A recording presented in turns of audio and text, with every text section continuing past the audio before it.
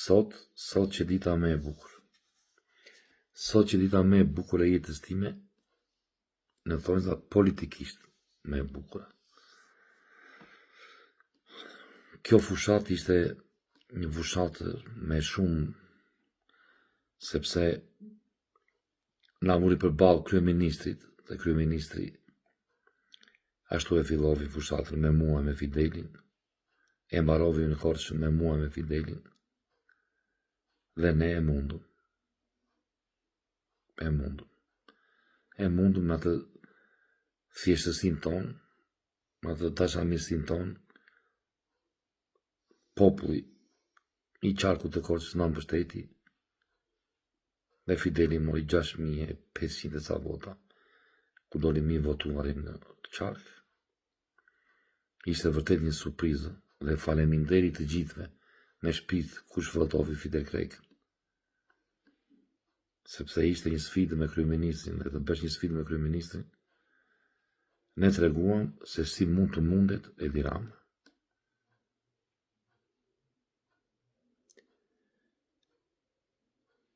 Por kur përfundimisht mbaruan numërimet,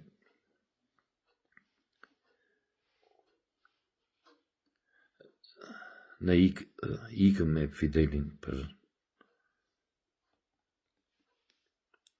ta festuar në klubi i tij, por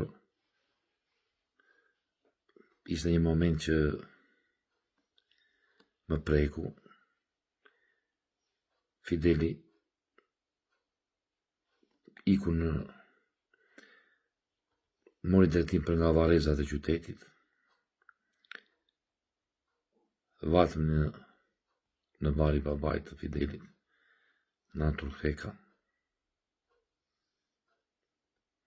Ishte një moment shumë prekës, u preka jashtë mase.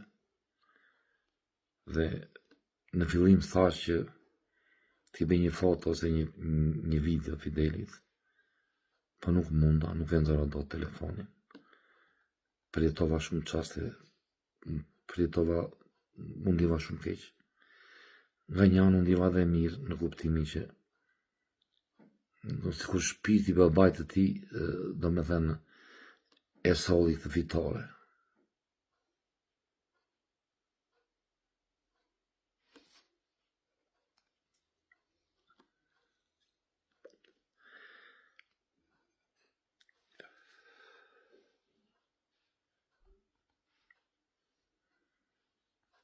Çfarë të them, nga njëri janë ca momente, janë ca gjëra që nuk kanë fjalë.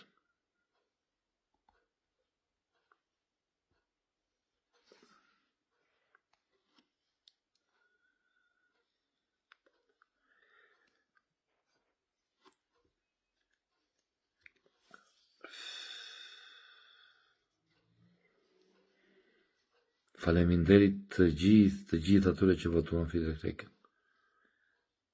Shumë faleminderit nga zemra, që sfiduam dhe kryeministrin e vendit. Ishte një fitore,